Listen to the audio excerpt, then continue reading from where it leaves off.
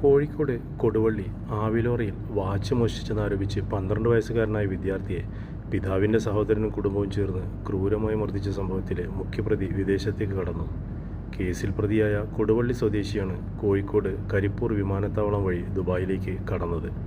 പ്രതികൾക്കെതിരെ police lookout notice പുറപ്പെടുവിച്ചിരുന്നതിനിടെയാണ് ഇയാൾ രാജ്യം വിട്ടതെന്നാണ് ലഭിക്കുന്ന വിവരം.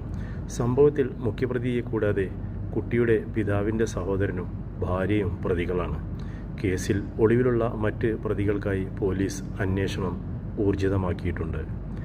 കേസെടുക്കുന്നതിൽ ആരംഭത്തിൽ പോലീസ് കാണിച്ച വീഴ്ചയാണ് പ്രതിക്ക് രാജ്യം വിടാൻ സൗകര്യമൊരുക്കിയതെന്ന വിമർശനവും ഉയരുന്നുണ്ട്.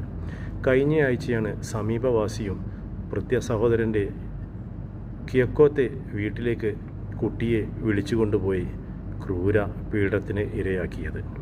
വീട്ടിൽ സൂക്ഷിച്ചിരുന്ന വാച്ച് കാണാതായതിനെ തുടർന്നാണ് കുട്ടിയെ ചോദ്യം ചെയ്യാനെന്ന പേരിൽ കൂട്ടിക്കൊണ്ട് പോയത്. കുട്ടി മോഷണക്കുറ്റം സമ്മതിക്കാതിരുന്നതോടെ പൂട്ടിയിട്ട മുറിയിൽ കെട്ടിയിട്ട് മർദ്ദിക്കുകയായിരുന്നു. കേട്ടുകേൾവിയില്ലാത്ത ക്രൂരതകൾക്കാണ് 6ാം ക്ലാസ്സുകാരനായ കുട്ടി ഇരയായത്.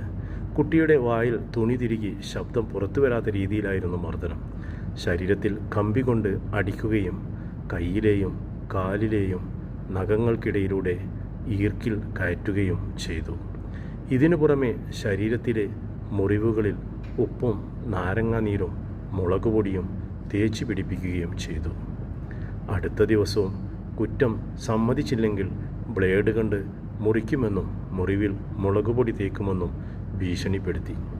ഭയന്നുപോയ കുട്ടി ബോധം കെട്ട് വീഴുകയായിരുന്നു. തുടർന്ന് രാത്രിയോടെ വീണ്ടും ബോധം വന്നപ്പോൾ കാലിലെ കെട്ട് അയഞ്ഞതായി കണ്ട കുട്ടി കെട്ടിടത്തിൻ്റെ